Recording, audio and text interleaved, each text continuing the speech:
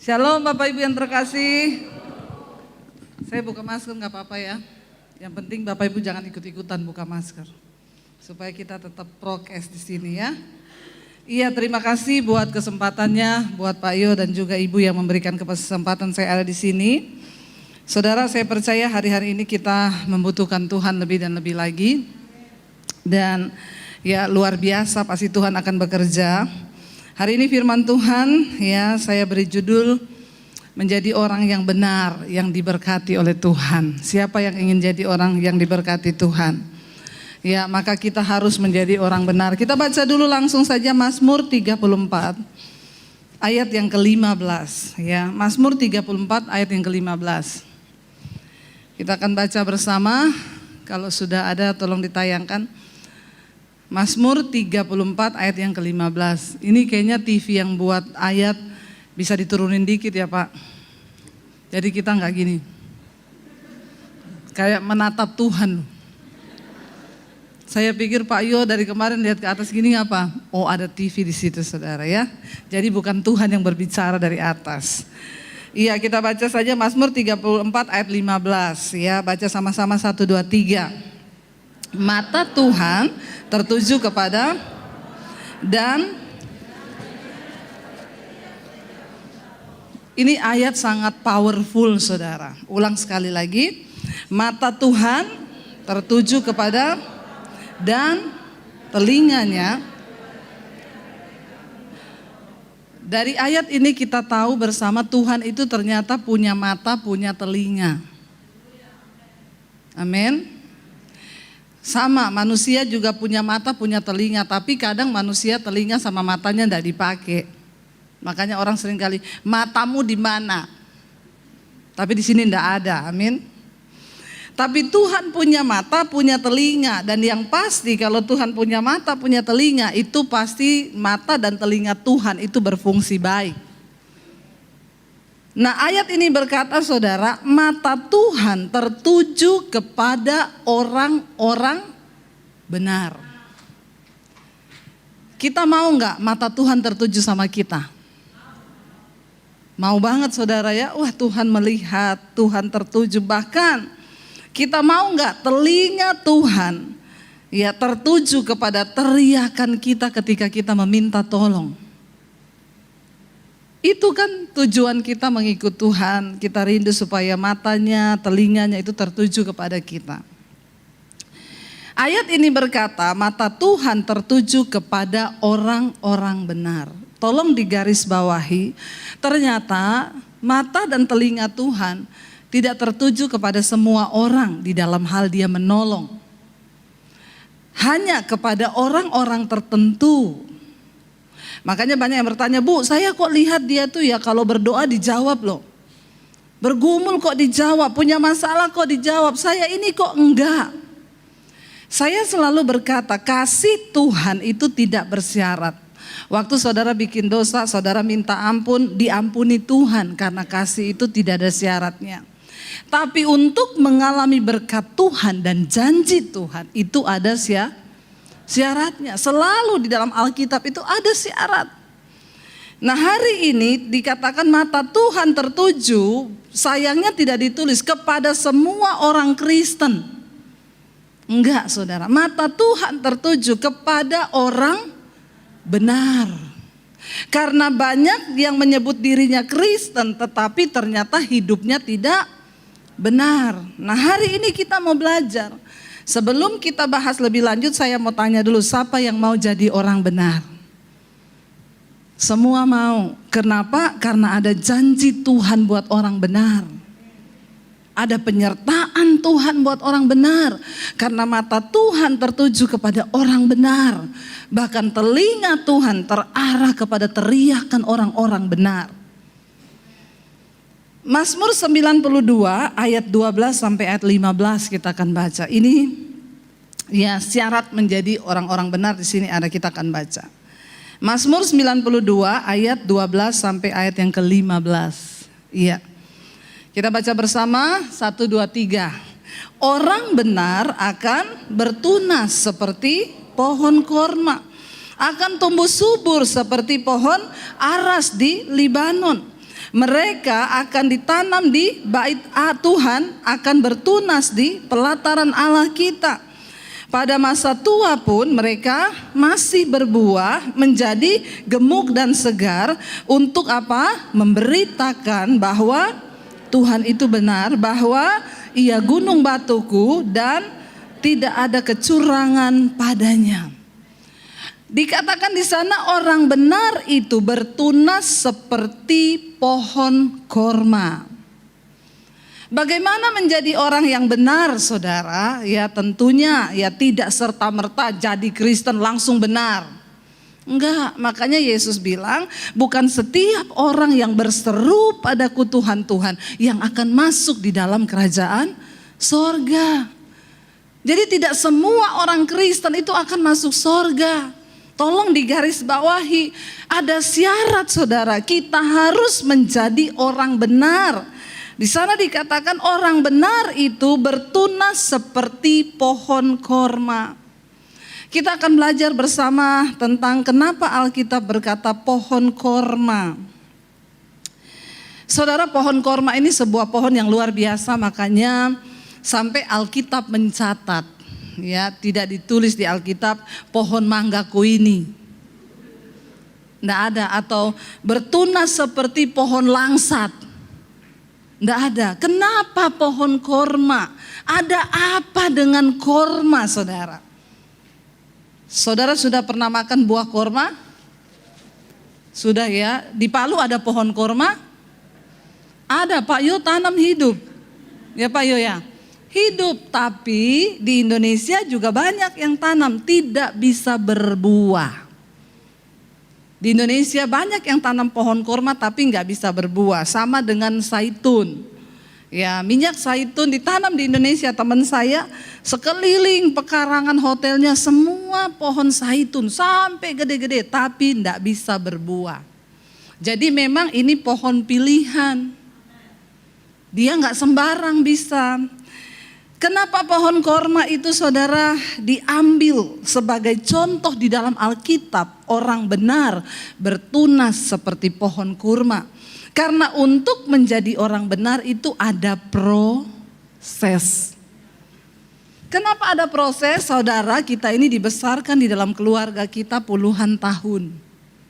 Waktu kita dibesarkan dalam keluarga, iya kalau mama papa kita sudah bertobat dari kecil dan benar berakar dalam firman. Kalau enggak, ada begitu banyak doktrin yang masuk di kepala kita dari kecil. Diisi oleh teman, sahabat, orang tua, lingkungan. Dan itu semua kan bukan firman. Dulu kita berpikir kalau orang bikin jahat sama kita, kita balas 7 kali lebih jahat. Dulu kan, sekarang semua sudah tidak kan? Atau masih ada? Udah enggak kan saudara? Kita sudah berubah ya. Maunya saudara itu apa? Yang sudah berubah siapa? Halo, ada orang di sini? Ya, dulu kita sebelum bertobat kan kita kalau orang bikin jahat kita balas lebih jahat. Orang cerita kita jahat, kita cerita dia lebih jahat. Itu dulu. Amin. Atau masih ada yang sekarang kayak begitu? Ya. Wih. Banyak ya? Banyak. Perlu dibaptis ulang ini. Buka kolam baptisan. Orang rendam 20 menit. Mungkin dulu waktu dibaptis belum kena bibirnya. Belum kena air. Jadi direndam 20 menit supaya dibuka mata langsung di rumah Bapa di sorga. Memang masih banyak. Nah makanya kita sekarang mau belajar. Saudara, kalau kita beribadah dengar firman, bilang Tuhan buka mata hatiku. Supaya aku mengerti, supaya aku berubah. Karena berkat Tuhan itu hanya mengikuti orang benar. Masa kita mau hidup gini-gini terus saudara? Ada perubahan dong di dalam hidup kita. Kenapa pohon korma tercatat di dalam Alkitab saudara? Tentu pohon ini unik dan harus kita contohi. Yang pertama, pohon korma ini pohon pilihan. Dia ditanam di satu daerah dan keadaan yang tidak mudah. Di tanah yang kering, berbatu, di padang gurun. Hanya orang-orang yang berani hidup dan melewati padang gurun yang akan menjadi orang pilihan Tuhan. Kenapa hanya sedikit orang yang bisa dipilih Tuhan dan diberkati Tuhan? Karena tidak semua orang Kristen mau melewati padang gurun. Amin. Kita semua pengennya enak, pengennya semua serba instan, pengennya semua serba Tuhan tolong, ada masalah hari ini, pengennya besok dijawab Tuhan. Manusia semua pengen berada di tempat yang nyaman, tidak dipungkiri. Tetapi kenapa pohon kurma menjadi unik? Ini adalah salah satu pohon yang bisa hidup di tempat yang tidak semestinya. Kalau kita tanam tanaman atau pohon atau apapun, kita jaga supaya kadar air di tanahnya itu selalu cukup supaya dia tidak mati. Beda dengan pohon kurma. Pohon kurma tidak hidup seperti kebanyakan tanaman lain yang dengan enak bisa hidup di suasana yang nyaman. Kalau saudara cuma jadi orang Kristen yang mau tinggal dalam keadaan yang nyaman, maaf, kayaknya engkau tidak bisa menjadi orang benar. Karena orang benar itu harus bertunas seperti pohon kurma. Nomor satu, tanah di tempat di mana pohon kurma itu tumbuh, itu udah beda dulu. Makanya saya selalu berkata, kalau Anda mau melihat kemuliaan Tuhan, maka saudara harus diproses. Dianiaya, ditekan. Yang belum dianiaya saya doakan supaya teraniaya. Yang belum ditekan saya doakan supaya ditekan hari-hari ini. Amin. Cuma itu pilihan engkau bisa menjadi orang benar. Di tempat yang tidak nyaman. Karena di sanalah Tuhan membentuk hidup kita. Enggak semua orang itu mau, saudara, ada di tempat yang tidak nyaman. Sepanjang umur pengiringan saya ikut Tuhan, kayaknya saya selalu berada di tempat yang tidak nyaman. Rasanya udah mulai enak, akhirnya begini lagi. Mulai enak, begini lagi.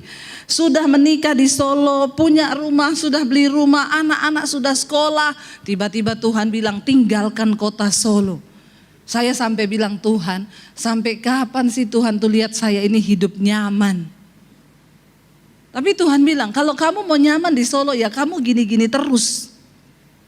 Mau gak melangkah ke satu tempat yang gersang, yang kamu gak tahu bagaimana? Makanya kalau orang cuma cerita, dengan adanya YouTube ini saya mendengar banyak, itu Debbie Basir pendeta dari mana? Nggak jelas. Karena mereka tidak melihat ketika saya diproses Tuhan.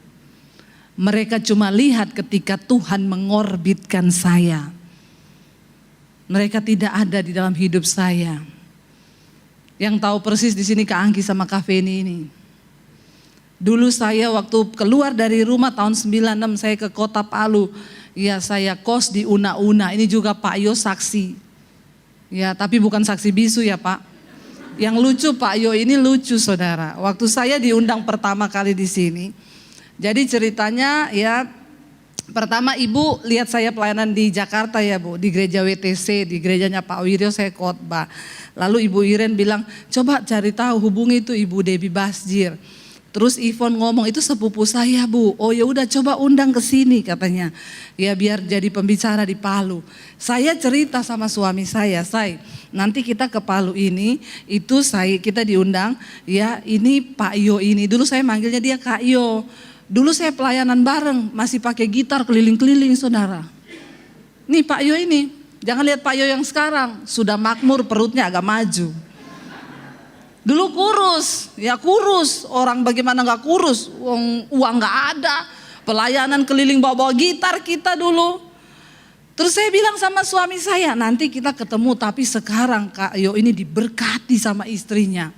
Oh iya, saya datang saudara. Ya diajak langsung kan nginep di rumah. Terus Pak Yo ngajak kita makan. Ayo kita makan mie pangsit. Waktu saya ingat loh Pak. Cerita ngobrol. Terus Pak Yo itu tanya gini. Loh Bu Debbie kok banyak orang Palu yang kenal sama ibu ya? Terus saya bilang oh Iya Pak, terus Pak Yo sebutin nama-nama kita dulu yang pelayanan, Yanti, Lili, itu kok kenal sama ibu semua. Terus Pak Yo bilang gini, dulu juga ada teman pelayanan kita di sini namanya juga Debbie. Dia itu juga diusir dari keluarganya, tapi kayaknya dia sekarang di mana ya, di Makassar atau Kalimantan gitu. Terus saya itu ngomong, Kak Yo, baru Pak Yo sadar, Kak Yo itu saya. Terus baru kaget, hah? Iya, kenapa sekarang udah gendut? Sangat tidak enak saudara. Ya, kok sudah gendut? Dulu kan kurus, ya masa saya kurus terus yo? Dulu kurus, orang makan di kos-kosan aja, iya kalau ada makanan. Sampai dulu harus puasa saudara. Jadi setiap hari puasa doa di Yayasan Hosana sama Kak Angki sama Kak Feni lumayan bisa buka puasa, makan sore di situ. Gratis. Ya Kak Angki ya, terima kasih loh Kak Angki. Saya itu melihat bagaimana ya Tuhan itu membentuk.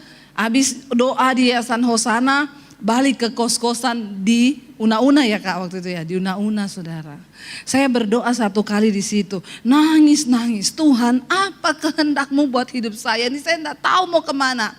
Tuhan ngomong, satu saat bangsa-bangsa akan menanti pengajaranmu. Pulau-pulau akan menanti pengajaranmu. Saya buka mata di jalan Una-Una. Bangsa mana yang menanti? Pulau mana yang menanti? Pulau Una-Una, Pulau Sulawesi, iyo.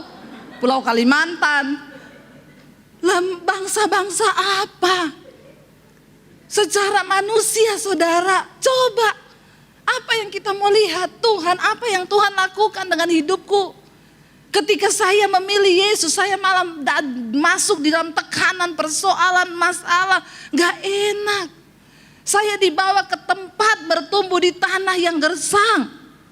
Gak ada air rasanya saudara, aduh benar-benar gak ada uang di tangan. Aduh ya berat saudara.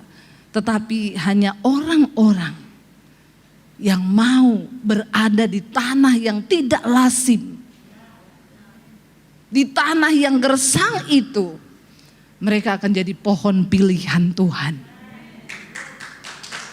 Tepuk tangan buat Tuhan Yesus. Yes, kenapa? Firman Tuhan itu gak pernah salah. Firman Tuhan tuh gak pernah salah.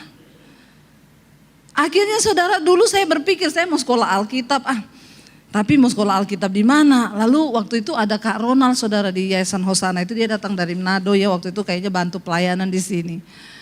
Dia kan STH, saya bilang Kak, saya ini kan baru pertama mau jadi Kristen, saya masih banyak belajar. Kak Ronald, kita mau belajar Alkitab, jadi Kak Ronald bikin aja di sini kayak kursus atau sekolah Alkitab supaya kita ini belajar kayak di sekolah Alkitab, walaupun nggak dapat titel nggak apa-apa, yang penting kita belajar. Terus Kak Ronald bilang, oke, kalau gitu nanti minggu depan kita mulai ya. Saya bilang oke, kita mulai. Semangat saya saudara. Begitu besoknya udah mau mulai, saya bilang Kak Ronald berarti besok kita jadi mulai ya. Dia bilang tunggu dulu Debbie, ada yang saya mau sampaikan sama kau. Apa? Jadi saya tuh kemarin berdoa. Saya berdoa Tuhan, saya ini mau bawa anak-anak ini untuk mengenal Engkau lewat belajar Alkitab. Tapi tadi malam tuh saya mimpi Debbie. Mimpi apa Kak? Debbie, mimpi apa Kak? Kita ini semua Yayasan Hosana, dia bilang kita jalan di pinggir sungai. Ya, Kak Ronald paling depan, terus saya di belakangnya Kak Ronald. Kita mau cari ada air, sumber air, mata air ini nih dari mana? Karena air itu jernih. Dia bilang kan itu bicara tentang firman air. Berarti benar Tuhan teguhkan ini kita mau belajar firman. Tapi kita jalan, dia bilang naik gunung lembah, begitu dapat sumber mata airnya. Saya menoleh ke belakang, semua anak-anak Yayasan Hosana ada, tapi Debbie hilang. Saya kaget loh saudara, waduh saya tersesat di mana Kak? Kenapa Kak Ronald gak cari saya, terus saya di mana? Takut saya, dia bilang. Kamu tahu gak, waktu saya cari kamu, kan kamu yang menggebu-gebu banget mau belajar firman. Waktu saya cari kamu, Tuhan tuh ngomong begini, khusus Debbie kamu gak usah ngajari dia, aku sendiri yang akan mengajarinya. Saya takut saudara, waktu itu saudara amin, yes. Saya nih yang jadi takut. Aduh Kak Ronald, Masa sampai kayak gitu? Iya, Tuhan ngomong, Tuhan yang akan mengajarimu. Waduh, kalau Tuhan yang mengajari ini bagaimana? Dari situ akhirnya saya masuk dalam proses demi proses, saudara. Dibawa di tanah yang kering dan gersang. Kalau saudara mau jadi orang benar, jangan selalu suka keadaan yang nyaman. Kalau engkau hari ini sedang tidak nyaman, puji Tuhan, haleluya 12 kali. Amin. Asal saudara hidup benar loh, jangan cari-cari masalah loh. Ya lain cerita kalau saudara cari masalah lalu gak nyaman, ya itu urusanmu sendiri. Tapi kalau saudara lagi di dalam keadaan yang tidak nyaman, puji Tuhan, tangkap sesuatu yang dari Tuhan hari-hari ini. Kalau saudara yang hari ini lagi nyaman, saya doakan supaya tidak nyaman. Bilang amin. Aminnya kayaknya terpaksa gitu ya. Amin, yes saudara ya. Yang pertama, pohon korma itu tumbuhnya nggak lasim, tidak seperti pohon-pohon yang lain. Makanya dia menjadi pohon yang diambil contoh dalam Alkitab. Yang kedua saudara, pohon korma itu berakar di masa yang sulit. Ya, korma itu tumbuh di daerah Timur Tengah. Waktu dia ditaruh bijinya saudara, ya itu dia ditumpuk pakai batu besar. Supaya tujuannya apa? Biar tunasnya ini nggak langsung naik ke atas. Jadi karena dia mau bertumbuh ke atas terhalang, akarnya itu yang tumbuh ke bawah. Orang Kristen sukanya langsung tumbuh ke atas. Biar pengen cari nama, cepet terkenal, biar orang cepet tahu. Saya pelayanan di satu gereja di Jakarta, dia bilang, Bu Debbie saya ini sebenarnya sudah MTH. Oh iya Pak, iya tapi saya di gereja sini enggak dikasih kesempatan khotbah Bu, jadi jam terbang saya sedikit. Nah Ibu Debbie bisa terkenal kan karena jam terbangnya sudah banyak. Saya bilang, Bapak mau jadi pendeta atau jadi pilot? Kenapa Bapak nggak sekolah penerbangan Pak? Supaya jam terbangnya tinggi. Makanya orang bilang kalau bicara jangan terlalu tinggi, nanti tabrakan sama pesawat bibir. Tapi orang Kristen maunya cepat-cepat tumbuh ke atas, naik. Nggak bisa. Kalau saudara mau jadi orang benar, buang itu semua. Jangan kepengen langsung dilihat manusia. Jangan kepengen langsung disanjung manusia. Biarkan Tuhan yang menyanjung kita, biarkan Tuhan yang memuji kita. Karena Alkitab berkata bukan orang yang memuji diri yang tahan uji, tapi orang yang dipuji Tuhan. Enggak penting pujian manusia, saudara, enggak penting. Kenapa? Manusia di depanmu dia puji, di belakang langsung. Tapi di depan luar biasa dahsyat. Makanya saya sekarang belajar, enggak usah terlalu minta mau dihargai, mau dihormati, enggak usah. Ngapain kita nih minta penghormatan manusia, kita enggak berkenan sama Tuhan. Tapi ketika kita cari penghormatan Tuhan, ya maka kita ini berkenan di hadapan Tuhan. Saya baca status kemarin seseorang di Facebook. Gara-gara Natal kemarin saya omongin aja di sini, nggak apa-apa saudara. Natal Bamak bikin hilang damai sejahtera. Orang mau duduk di kursi depan, diusir suruh pindah ke belakang. Katanya itu untuk pendeta. Kalau gitu biar dihormati, jadilah pendeta kau supaya kau dihormati. Please saudara ya. Ayo kita mengerti, banyak orang Kristen aneh. Semua itu sudah diatur di Alkitab. Ya makanya kita ini gak usah cari penghormatan manusia. Kenapa banyak orang berantem, banyak orang kecewa? Karena cari dihormati. Gak penting penghormatan manusia, yang penting Tuhan yang puji kita. Saat engkau merendahkan diri, Tuhan yang akan meninggikan. Ya gak usah sombong saudara. Mari kita belajar jadi orang yang biar Tuhan yang puji kita. Kita belajar saudara. Bukan karena kayanya, bukan karena terhormatnya. Ya, Tuhan itu suka. Nah, tapi saudara, manusia rata-rata kita ini pengen langsung tumbuh ke atas. Kenapa pohon korma dijadikan contoh? Ditekan pakai batu besar supaya tidak bisa tumbuh ke atas. Dia tumbuh ke bawah, berakar untuk apa? Cari sumber air. Ketika saya diproses Tuhan bertahun-tahun, puluhan tahun, tidak ada yang kenal siapa Debbie Basir itu siapa. Tidak ada yang tahu. Tapi waktu Tuhan mengangkat saya, orang bicara, siapa itu Debbie Basir? Cuma top gara-gara YouTube. Orang dari mana? Karena mereka tidak lihat ketika saya proses berakar ke bawah. Setelah akar kita kuat, kenapa pohon korma itu saudara bisa tumbuh di padang pasir? Itu kalau datang badai semua pohon tercabut. Pohon korma bertahan.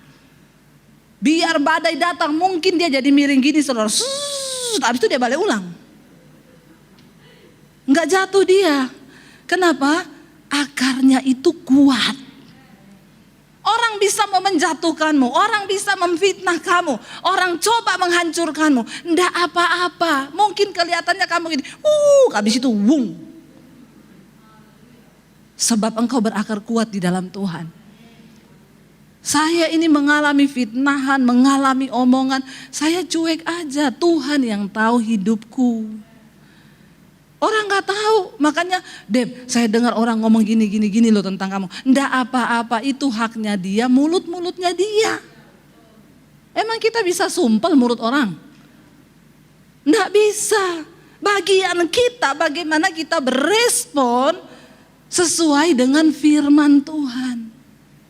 Amin saudara. Nggak usah sombong, nggak usah cari dihormati. Ya apalagi kita berpikir mungkin karena merek yang kita pakai, baju yang kita pakai, orang hormat sama kita. Enggak. Jangan saudara. Biar Tuhan yang hormati kita. Mencari penghormatan manusia itu sia-sia. Kalau di Jakarta, di kota-kota besar kita lihat orang pakai barang bermerek saudara untuk dapat penghormatan dari manusia. Saya tuh kemarin di pesawat tiba-tiba nangis saudara. Saya nonton film kan di pesawat ya karena lama penerbangan ke sini saya putar film Crazy Rich Asia. Nonton film itu memang hedonnya hedon. Semua barang bermerek, orang lewat itu iklan kayak toko. Bajunya LV, tasnya ini, pokoknya dia jalan itu iklan berjalan saudara. Saya tuh lihat film itu tiba-tiba saudara. Jadi sebelum kesini itu saya ditelepon sama jemaat Mesbah Doa. Mereka mengasihi saya, ibu ulang tahun kan kemarin, saya ini tergerak beliin ibu sepatu. Jadi ibu ke Plaza Senayan, ibu ke sana, ibu ambil aja ibu masuk di toko LV. Ibu ambil sepatu, saya sudah titip di situ. Nomor 40, ibu coba, cocok, ibu bawa pulang. Nanti ibu ketemu sama mbaknya namanya ini. Saya datanglah ke LV saudara di Plaza Senayan ya. Agak gugup juga, saya bilang sama suami sama anak-anak saya. Aduh masuk di LV itu tampang saya begini lagi. Orang masuk di LV itu gak sembarang saudara. Saudara baru mau dekat-dekat tokonya sudah dilirik sama security. Saya seumur-umur di Jakarta belum pernah masuk ke tokonya LV saudara. Baru sama ibu itu.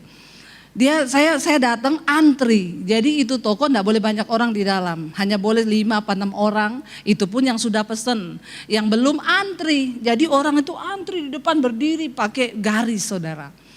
Saya datang ketemu security-nya. Mas saya udah mau coba sepatu. Oh udah janjian sama siapa bu? Sama mbak ini. Mari bu. Jadi saya lewatin yang antri. Dipikir saya member. Padahal cuma karena ada pesan. Ya udah saya coba sepatu saudara. Ini loh sepatunya ini loh. 16 juta ini. Kemarin saya mau pakai, Glenn bilang, tante hati-hati loh banyak tai sapi di Palu. Saya bilang teh apa-apa, nanti lap lagi no. Ya 16 juta, bajalan jadi begini. Saya masuk saudara, saya coba gimana pas Bu? Pas, muat. Oke, itu aja ya. Tiba-tiba saya lihat ada tas di situ, warna putih. Saya seneng. Daging saya bicara, bolehlah. Bolehlah beli. Kamu kan juga udah punya uang. Nggak apa-apalah. Orang kamu udah berkati gereja-gereja, bangun itu transfer, sekali transfer 50 juta, 100 juta. Nggak apa-apalah, beli satu lah buat kamu. Saya tanya, Mbak, tasnya berapa ya? Oh ini ya Bu, 65 juta. Saya udah mau gesek kartu saudara, ATM saya sudah mau ambil 65 juta ya, iya. Mau gesek, ada suara di hati saya, beli bata sama semen buat buat gereja di desa. 65 juta itu sudah jadi satu gereja daripada kamu pakai itu tas. 65 juta cuma untuk kesombongan dan harga dirimu. Saya ini mau beli tas LV itu bisa saudara, bisa, sangat bisa. Tapi saya bersyukur masih ada Roh Kudus yang ingetin.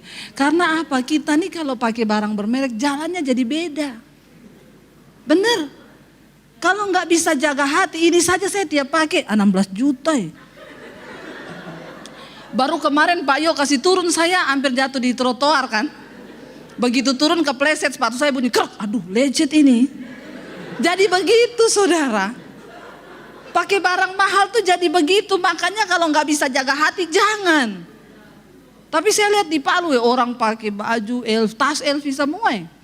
LV sukanya sih. Iya. Jangan pakai ke luar negeri, itu nanti digunting kalau palsu saudara. Tapi saya melihat saudara, benar kita ini mau apa yang mau disombongkan. Jangan, mari kita berdoa supaya perkenanan Tuhan.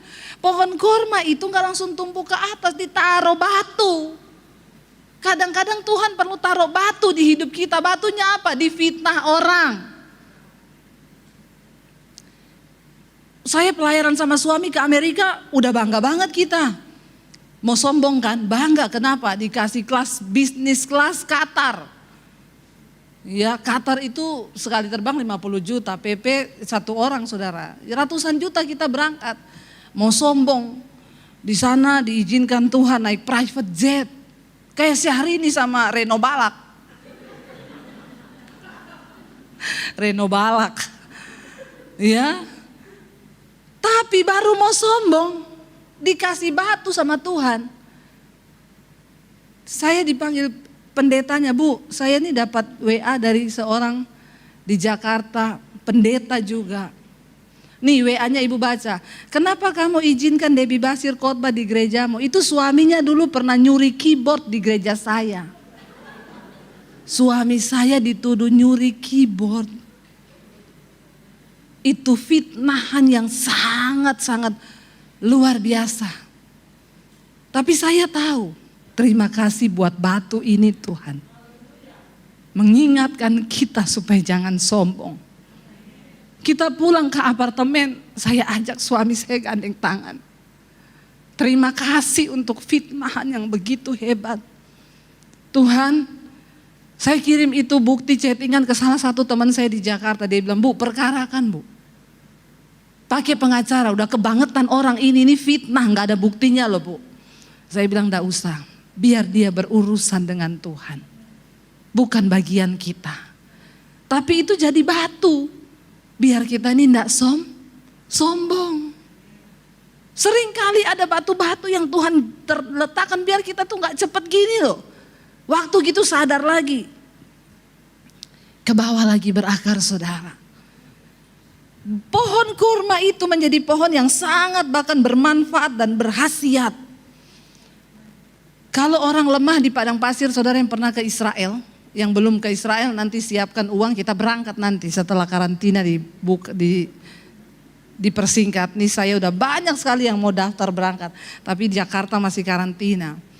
Kita kalau ke Israel itu kita ambil kurma kalau sarapan pagi, ya dia punya guide bilang bawa kurma ya taruh di plastik, bawa di tas. Kenapa? Kalau di jalan pusing, kurang air atau tiba-tiba energinya berkurang, makan satu kurma akan bikin tambah bersemangat. Kalau saudara menjadi pohon kurma artinya apa? Saudara bisa menjadikan orang lain itu bersemangat. Hidupmu akan berdampak bagi banyak orang. Jangan sampai orang lagi bersemangat lihat saudara langsung hilang semangatnya. Tapi mari kita menjadi seperti pohon kurma yang menjadikan orang lain bisa bersemangat ketika melihat hidup kita, mendengar pengajaran kita. Saya bersyukur ada begitu banyak orang kesaksian, Bu, saya nggak jadi cerai sejak saya dengar khotbah-khotbah Ibu, iman saya bangkit. Kemarin saya ketemu sama satu jemaat orang Palu. Dia bersaksi, Bu Debi, saya Ibu Marta yang sering WA Ibu dulu itu loh. Dalam hati saya, oh ini tuh Ibu Marta itu yang WA saya terus. Tiap hari dia WA saya, saudara. Bu, anak saya kerasukan, Bu, bagaimana ini, Bu? Saya bilang, Ibu, saya enggak bisa tolong Ibu ya. Ibu cari Tuhan. Jangan cari saya jauh. Ibu bangkitkan iman, Ibu layani anakmu yang kerasukan.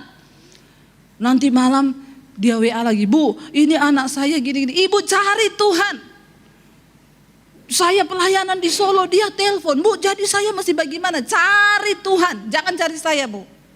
Ibu orang terdekat dengan anak ibu, ibulah yang bisa melayani dia. Karena orang kerasukan tuh bolak-balik lagi, kalau dia belum ini datang lagi setannya, malah ajak 7 roh yang lebih jahat. Jadi ibu harus bangkitkan iman ibu. Lalu dia bilang gini, kemarin dia ketemu saya, Bu Debbie tahu gak, Bu, tadinya saya itu kepahitan sama ibu. Terus saya bilang, Ibu pikir cuma ibu? Saya juga kepahitan sama ibu. Sasadiki batel. Bu, saya ingat ibu pernah yang sangat memberkati saya ketika ada suami istri minta didoakan anaknya mau balik ke Amerika. Suruh ibu tumpang tangan. Dia bilang, saya ingat ibu ngomong, Bapak Ibu, saya tidak akan tumpang tangan sama anak Bapak Ibu. Bapak Ibu lah yang harus tumpangkan tangan ke anakmu, bukan saya. Dia bilang, saya ingat itu, Bu, di situ iman saya bangkit. Oh, berarti saya yang harus memang layani anak saya. Dia bangkit, dia perkatakan, iblis, engkau tidak bisa mengintimidasiku. Aku telah dibeli oleh darah Yesus. Masa laluku, semua dosa-dosaku sudah diampuni di atas kayu salib. Karena firman Tuhan berkata begini-begini, dia baca Alkitab, lancar, saudara. Akhirnya iblisnya kelepek-kelepek, saudara. Cuma dilawan dengan firman. Lalu akhirnya ketika dia berperang, dalam nama Yesus aku bakar engkau. Roh yang bukan dari Tuhan. Menggelepak-gelepar anaknya, akhirnya pingsan. Habis itu anaknya sadar. Dan sampai hari ini tidak pernah kerasukan lagi. Saudara, kita semua diberi kuasa oleh Tuhan. Ya, untuk kita ini menjadi orang-orang yang dipakai Tuhan. Lalu saudara, Alkitab berkata pohon kurma itu dia kuat, tidak gampang jatuh, tidak gampang, dan bukan cuma itu. Makanya ayatnya tadi berkata, walaupun engkau sudah sampai tua, engkau tetap berbuah untuk menceritakan tentang perbuatan Tuhan yang ajaib. Saya bilang, Ibu, kalau saya yang doakan anak ibu kan gak bisa cerita tentang perbuatan Tuhan yang ajaib. Tapi sekarang saya dengar kesaksian ibu, betapa dia memuji Tuhan karena dia ngalami sendiri. Dia alami Tuhan sendiri, dia lihat kuasa Tuhan sendiri, dia berperang sendiri. Kalau saya yang doakan, ibu akan ngomong, didoakan Bu Debbie. Mana Tuhannya? Tapi ketika ibu mengalami sendiri, ibu bisa berkata, Tuhan itu dahsyat. Bukan hanya pendeta yang diberi kuasa, Bu, tapi ibu ketika engkau mau jadi orang benar, Tuhan berikan engkau kuasa untuk berdampak. Keluarga demi saya bersyukur ini sekarang ini lewat mesbah doa. Orang-orang Kristen, saudara, mereka yang dulu tidak pernah tahu tentang pelepasan karunia roh, sekarang mereka dibangkitkan. Dari Manado, Bu, saya ini gereja bukan karismatik, Bu. Kita dari gereja Protestan, Bu. Saya tidak pernah mengalami begini, ponakan saya kerasukan, Ibu Debbie. Bagaimana? Ambil minyak, taruh di piring, doakan jadi minyak urapan. Ibu berperang sekarang. Bagaimana caranya? Perkatakan firman dalam nama Tuhan Yesus. Roh-roh yang bukan dari Tuhan, akhirnya satu keluarga. Saya bilang, jangan kau cekik itu ponakanmu. Kan kadang orang kalau udah takut kerasukan malah dicokik, dalam nama Yesus mati malah saudara. Ya, ibu tidak usah takut nomor satu, tapi ibu layani.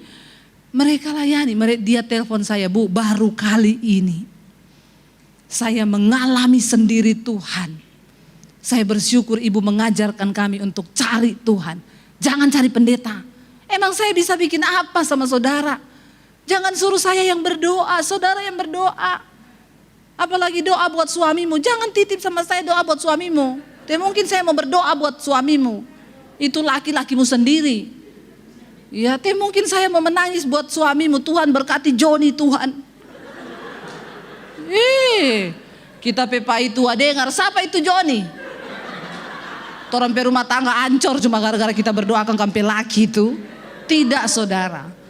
Berdoa sendiri waktu engkau dengan cinta. Saya kan tidak cinta sama Joni. Saya cinta sama Daniel. Jangan berdoa buat suami orang.